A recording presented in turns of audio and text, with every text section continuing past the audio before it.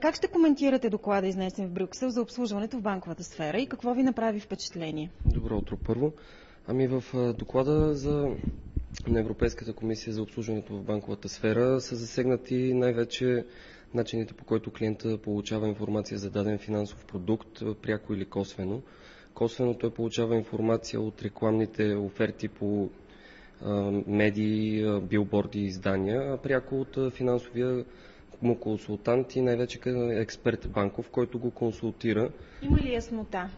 Яснота по-скоро не, защото офертите като реклама наблягат за обясняване на по-скоро промоционалния продукт, на който дадената банка набляга в момента, всичко друго опира до тарифите на банките, които по-често са трудно откриваеми за масовия потребител, а дори да ги открие, там има много точки описани, които съответно го довеждат до объркване.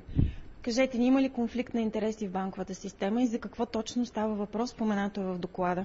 За определен конфликт на интереси може да става въпрос, който и той е многопосочен, двупосочен, защото най-често клиента получава информация от неговият банков консултант, който най-вече се имат по начин на заплащане. Те имат за цел да продават даден промоционален продукт за определен период от време. Тоест те взимат процент от това, което са договорили с клиента? Не. Те взимат процент от продажбите, които са направили на определения продукт за промоционалния период. Да. И по този начин се получава така, че те имат интерес да продават по-скъпи продукти на клиентите си. Не по-скъпи продукти, те по-скоро продават не най-подходящите продукти на клиентите си. И съответно оттам идва конфликта на интереси между консултанта или експерта и самия клиент. Какво ще препоръчате на потребителите, как да се предпазват?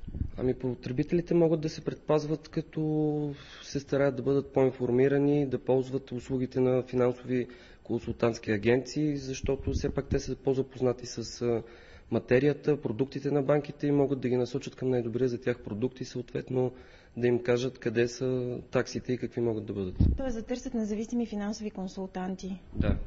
А според вас възможно ли е да се създаде един регистър, в който систематично някакси да може да се ориентираме коя такса, да речем, е по-изгодна и да се поставя? След време може би ще е възможно, за момента е много трудно, защото в тарифите на всяка една банка има над 500 позиции за различни такси за обслужване на кредитни, разплащателни сметки, което просто няма как да доведе до унифициран модел за всички банки в страната. И тогава как, примерно, да се ориентираме ние като клиент на дадена банка, като цялостно обслужване, къде ще ни бъде по-изгодно? Има ли въобще вариант да се ориентираме? Вариантът е да се досажда най-вече на финансовия консултант от страна на банката или ако се ползват услугите на независим финансов консултант, да има достатъчно сериозен контакт с него. Кои са най-често скритите такси, които не се виждат така на пръв поглед и се заблуждаваме заради тях? Най-често скритите такси са при подновяването на кредитни карти или банките в офертата си при подписване на договора обявяват най-често, че месечно може задължението да се покрива на една минимална вноска, която минимална вноска сама по себе си съдържа 90% вноска по лихва и 10% вноска по главница на самия лимит, използван от кредитната карта, което съответно довежда до по-дълго изплащане на тази усвоена сума и по-дълго плащане на лихви, които пак са един вид такси. Такси също има при подновяване автоматично на депозитите и то е по-скоро такса, когато клиента не е прочел достатъчно добре договора си поради това, че договорът е достатъчно дълъг и неясен за него и не знае, че след изтичане на промоционалния период на неговия договор, той се подновява автоматично. Кои са другите клаузи, на които трябва да обръщаме внимание в договорите, които сключваме? Общите условия също са много важни в договорите на банките, поради проста причина, че там са засегнати много от точките, които се отнасят точно за скрити такси на обслужване и клиентите трябва да ги четат доста добре и да питат, когато не им е ясно. Има ли противоречие между договора, който подписаме и общите условия и когато се стигне до някакъв крайно запитване или търсиме конкретна информация, кой от двата варианта всъщност ще бъде приложен в случая? Общите условия или подписания договор? Ами, не може да се каже общо за това нещо. Може би по-скоро трябва да се разглежда всеки случай конкретно. По-скоро няма противоречие между договора конкретния и общите условия, защото все пак те са добре юридически издържани и подготвени. Най-вече трябва да се набляга на договора, защото той се сключва за определен период от време при индивидуални договорени условия. Но пък общите условия има други условия.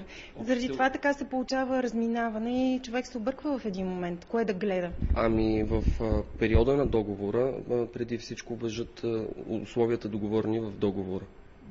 Добре. Как трябва да променят банките отношението си към клиентите, за да се избегнат такива практики? Трябва да има повече прозрачност, трябва да има на много повече видни места изнесени бюлетини с тарифите на банките, с лихвените проценти на банките. Много хора бъркат базов лихвен процент на банката с базовия лихвен процент на БНБ, което съответно води до повсеместните спорове за ниския лихвен процент на БНБ и как лихвите трябва да паднат в момента. Но те са две различни неща. Просто трябва да има повече прозрачност от страна на банката и да се обръща повече внимание на клиента, въпреки да е досаден. Според вас имат ли волята да го направят в България банките? Имат волята и се стремят да го направят, може би бавно, но все пак се стремят. Все пак достигнахме до момента, в който поне по кредитните продукти имаме унифициран показател за сравнение на банковите продукти. И това е така наречения годишен процент разходи, в който са включени освен лихвите, така и всичките такси, които се дължат по застраховки и обслужване на този кредитен договор. А има ли условия, в които сме в по-добра позиция от европейските банки? Ами в такава по-добра позиция сме при таксите за обслужване на разплащателните сметки, защото има европейски страни, при които тази такса е огромна, докато в България все пак, може би поради икономическото ниво в страната, не е достатъчно ниска.